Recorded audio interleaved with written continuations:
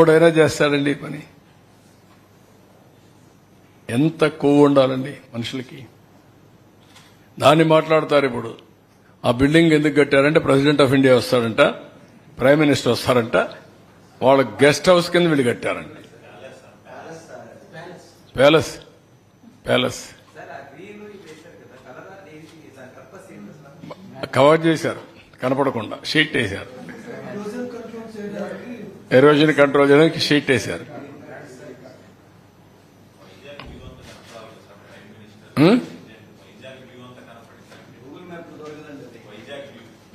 లేదు, America president చేస్తాడేమో. అంటే ఎంత అజం ఉండాలి ఒక వ్యక్తికి.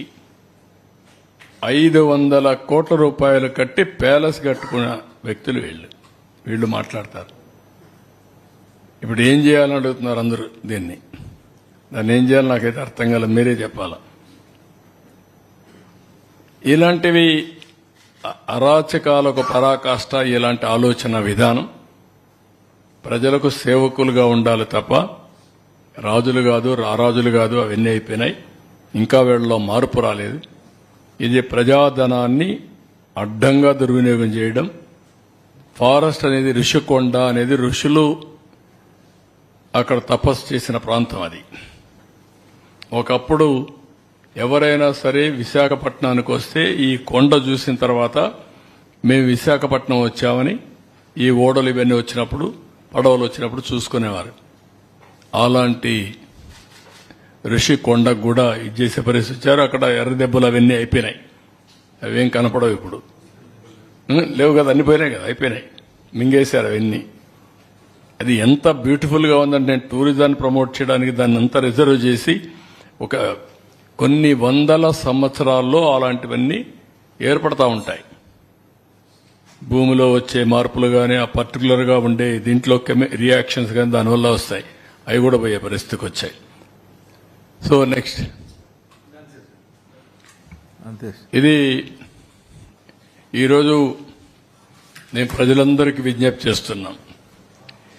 మీ భూములు ఎవరైనా కొట్టేసినా, మీ అసైన్మెంట్ భూములు బలవంతంగా లాగేసుకొని ఫ్రీ హోల్డ్ చేసుకున్నా, లేకపోతే మీకు తెలిసి ఎక్కడైనా అరాచకాలు అన్యాయాలు చేసి ప్రభుత్వ భూములు గాని ప్రైవేటు భూములకు గాని హాని తలపెట్టిన వ్యక్తులుంటే అవన్నీ మాకు చెప్పండి.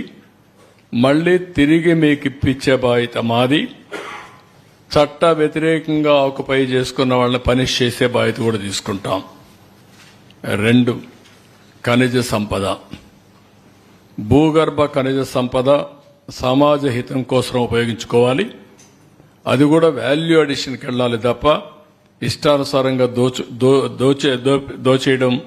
దోపిడీ చేయడం కరెక్ట్ కాదు.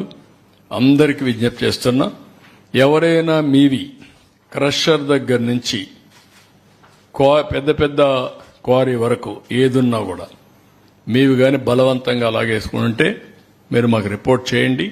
ముందుకు రండి, ధైర్యంగా మీకు ఇప్పిస్తాం. యథేచ్ఛగా ఫ్రీగా మీరు చేసుకునే స్వేచ్ఛ మీకు కల్పిస్తాం. ఇది 2ది. 3ది, ఫారెస్ట్ ఏరియాని ఏ విధంగా కొట్టేశారో మీరే చూశారు. ఇలాంటి అడవులను కూడా మింగేసే ఈ ఆనకొండల్ని మనం గుర్తుపెట్టుకోవాల్సిన అవసరం ఉంది. వీళ్ళందరినీ పనిష్ చేయాల్సిన అవసరం ఉంది. ఆ రోజు ఫారెస్ట్ మినిస్టర్గా పనిచేసిన వ్యక్తులు గాని, ముఖ్యమంత్రిగా పనిచేసిన వ్యక్తులు గాని పదవికి అర్హుల. ప్రజాస్వామ్యంలో ఇలాంటి వ్యక్తులు ఉండవలసిన అవసరం ఉందని కూడా ప్రజలు ఆలోచించాల్సిన అవసరం ఉంది. ఈ రోజు మేము ఇచ్చిన డేటా చాలా తక్కువ. మా ఆఫీసులో ఇంత డేటా లేదు. ఒకవేళ నాకు పార్టీ ఆఫీసులో వెరిఫై చేయకుండా ఇస్తే కూడా కరెక్ట్ కాదు. ఇంకా కలెక్ట్ చేయాల్సింది చాలా ఉంది. అరాచకాలు చాలా జరిగాయి. ఎక్కడ పోయినా నా కొండలు చూస్తే చాలా బాధేసింది. గుండెలు పిండేసి అంత బాధపడ్డా. నేను జపాన్కు పోతే ఆ కొండలను చూస్తే నాకు ఆనందం. ఒక్కొక్క కొండ పైన ఒక్కొక్క రకమైన ఫ్లవర్స్ ఉంటాయి. అక్కడ అలాంటి గార్డెన్స్ చూడడానికి, అడవులు చూడడానికి సీజన్లో కొంతమంది వస్తారు.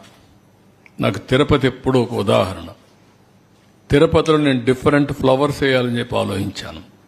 ఎందుకంటే తిరుపతి నుంచి ఇటు చూస్తే బ్రహ్మాండంగా కలర్ఫుల్గా కనపడే విధంగా ఉండాలని. విశాఖపట్నం పోతే నాకు ఎప్పుడూ ఒక కోరిక, ఆ కొండల చుట్టుపక్కలంతా కూడా మంచి ఫ్లవర్స్ వేస్తే ఎక్కడే సింహాచలం కొండలు అవన్నీ బ్రహ్మాండంగా ఉంటాయని. దానికే నేను కొండపైన అయితే మీరు ఒకసారి చూసి తిరుమల పైన చాలా వరకు ఈ ఆర్నమెంటల్ ప్లాంట్సే కాకుండా మెడిసినల్ ప్లాంట్స్ పెట్టాం. ఎందుకు పెట్టామంటే అక్కడ మెడిసినల్ ప్లాంట్స్ ఉంటే ఆ స్మెల్ కానీ ఆరోగ్యం గారికి బ్రహ్మాండంగా ఉండాలని కూడా ఆలోచించాం. ఈ విధంగా మనం ఫారెస్ట్ ఏరియాలో మీకు ఒక ఐడియా ఉంటుంది. నేను ఉన్నప్పుడు హెలికాప్టర్ల ద్వారా సీడింగ్ చేశాం, ఎయిర్ సీడింగ్ చేశాం. మీ దృష్టి కూడా తీసుకురావాల్సింది వైసీపీ ఒక పెన్షన్ మీకు ఇవ్వాలి. మనకి ఏమంటుందని మనకి ఏదైతే ఇవ్వాలో వెల్ఫేర్ స్కీమ్స్ ఇవ్వాలి. ఖచ్చితంగా వెల్ఫేర్ స్కీమ్ చాలా చాలా ఎసెన్షియల్. కానీ దాంతోపాటు అభివృద్ధి కూడా కావాలి. ఈరోజు నేను పంచాయతీరాజ్ శాఖ లెక్కలు చూస్తూ ఉంటే అసలు అడ్డగోలుగా నిధుల్ని అటు ఎటులిపినే తెలియట్లేదు.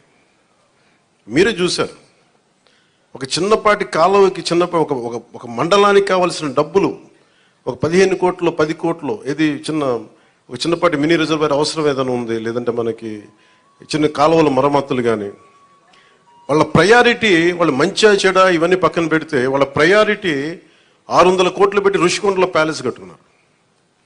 అదే 600 కోట్లు ఈ పాటికి మనకి మనకి ఇక్కడ కనుక పెట్టుంటే ఒక జిల్లా అభివృద్ధి అయిపోయింది. సో మేము తీసుకున్న ప్రయారిటీ అది. హంగులకి ఆర్భాటాలకి కాకుండా నేను ఈరోజున పంచాయతీరాజ్ వ్యవస్థ నేను నడిపే వ్యక్తిగా చెప్తున్నాను మీకు, ఇందులో నా సైడ్ నుంచి కరప్షన్ ఉండదు, నేను మీకు మాటిస్తున్నాను. పర్యావరణ శాఖ సంబంధించి దాన్ని బలోపేతం చేస్తాం. అకౌంటబిలిటీ, ఎన్విరాన్మెంటల్ ఆడిట్ పట్టుకొస్తున్నాం. ఏ కాలుష్యం ఎందుకుంది, దానికి పారిశ్రామికవేత్తలు ఏం చేస్తారు, ఇబ్బంది పెట్టి భయపెట్టేది కాదు, కానీ వారి బాధ్యత కూడా గుర్తించేలా దానికి ఒక బలమైన ప్రయత్నం చేస్తాం. అలాగే పంచాయతీరాజ్ శాఖలు చూస్తే జల్ జీవన్ మిషన్ ప్రతి ఇంటికి రక్షిత మంచినీరు. మన పిఠాపురం సమస్య కాకుండా మనం కూర్చోబెట్టి ఈ మధ్యన ఈ కొల్లేరు కైకలూరు నియోజకవర్గం గురించి చూస్తే 80% అన్ని చేపల చెరువులు ఉన్నాయి, తాగడానికి నీళ్లు లేవు. గోదావరి పారుతూ ఉంది, మన గోదావరి జిల్లాలో గోదావరి నది పారుతూ ఉంది, కానీ తాగడానికి ఇబ్బంది పడిపోతా ఉన్నాం. మన పిఠాపురం చూస్తే వెళ్తే ఎక్కడ చూసినా ఉప్పాడ, మనకి కొత్తపల్లి ఉప్పాడ ప్రాంతం మిగతా ప్రాంతాలకు వెళ్తే తాగడానికి మనకు నీళ్ళు లేవు. కేంద్రం నుంచి ఎన్ని నిధులు ఉన్నాయంటే జల జీవన్ మిషన్కి అసలు నిధులకి కొరత లేదు, మనం అడగాలి తప్ప. ఎందుకు చేయలేకపోయారు అంటే దానికి అర్థం కాలేదు నాకు. పంచాయతీరాజ్ అధికారులు చెప్పింది కేంద్ర జల జీవన్ మిషన్కి ప్రతి ఇంటికి రక్షిత మంచినీటికి మీరు డబ్బులు అడగాలే కానీ ఇస్తారు. ఒకసారి కొన్ని పథకాలేమో కేంద్రం ఇచ్చేది 70% ఉంటుంది, 90% ఉంటుంది. దీనికైతే చాలా మ్యాక్సిమం ఉంది. దీనికి నాకు ఎగ్జాక్ట్ ఫిగర్ గుర్తులేదు, 90 70 అని. అంటే మ్యాచింగ్ గ్రాంట్ ఇవ్వలేని పరిస్థితిలో ఉంది. మ్యాచింగ్ గ్రాంట్ కొన్ని చోట్ల 40 కోట్లు ఉంది, 50 కోట్లు ఉంది. 40-50 కోట్లు 200-300 కోట్లు చేస్తే మనకి కేంద్రం నుంచి 1000 కోట్లు వచ్చేస్తాయి. అంత మ్యాచింగ్ గ్రాంట్ కూడా ఇవ్వలేని పరిస్థితిలో మ్యాచింగ్ గ్రాంట్ ఇవ్వలేకపోయారు, కానీ ఋషికొండలో ఇల్లు కట్టుకున్నారు. బూడిదలో పోసిన పన్నీరు, అది బాధేస్తుంది. అంత విలాసవంతమైన భవనం, ఓకే వాళ్ళు అనుకున్నట్టుగా నేను వాళ్ళ ఆ వాదనకి నేను సరే అంటున్నాను, ఓకే మీరు అన్నట్టుగానే అది కూర్చోబెట్టి ఎవరైనా విఐపీస్ వస్తే ఉండటానికి అంత అవసరం ప్రస్తుతం. నాకే క్యాంప్ ఆఫీస్ ఇస్తే నన్ను అడుగుతా ఉన్నారు ఏం చేయమంటారు మరమ్మతులు అంటే, ఏం చేయగల అలా ఉంచండి అన్నాను. కొత్త ఫర్నిచర్ ఏం కొనకండి, నేను తెచ్చుకుంటాను అవసరం అయితే. అలాగే మన సెక్రటేరియట్ నుంచి స్టాఫ్ వచ్చారు, మీకు ఈ మధ్యన అసెంబ్లీకి వచ్చారు కదా, మీకు జీతం ఈ 3-4 రోజులు కలిపి మీకు 35,000 వస్తుంది మీకు. నేను సంతకాలు పెట్టి మనస్కరించలే. నేనేమనుకున్నాను, జీతం తీసుకొని పని చేద్దాం అనుకుంటే యాక్చువల్లీ లోపలికి వెళ్ళి పంచాయతీ నిధులను చూస్తూ ఉంటే డబ్బులు లేవు. పంచాయతీ శాఖలు ఎన్ని వేల కోట్ల అప్పులు ఉన్నాయో తెలియట్లా. ఒక్కొక్క హెడ్ తవ్వే కొద్దీ, అంటే ఒక్కొక్క దానికి ఏ హెడ్ కింద ఎంత ఖర్చు అవసరం అని తవ్వే కొద్దీ అసలు అనంతంగా లోపలికి వెళ్తానే ఉంది. మాకు ఒకటే అనిపించింది, ఇవన్నీ కరెక్ట్ చేయాలి. ఇవన్నీ ఇంత అప్పుల్లో మనకి పంచాయతీరాజ్ శాఖ ఉన్నప్పుడు నాలాంటూ డబ్బులు తీసుకోవటం చాలా తప్పు అనిపించింది.